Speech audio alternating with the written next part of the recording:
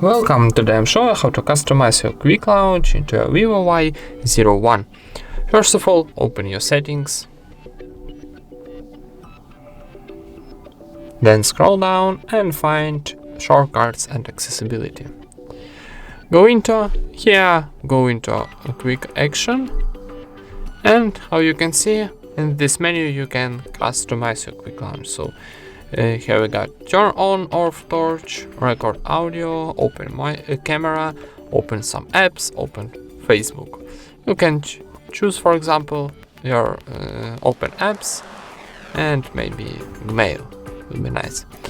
And for saving, you choose this option and it's save automatically. And that's it. Thank you for watching, leave thumbs ups and subscribe to our channel.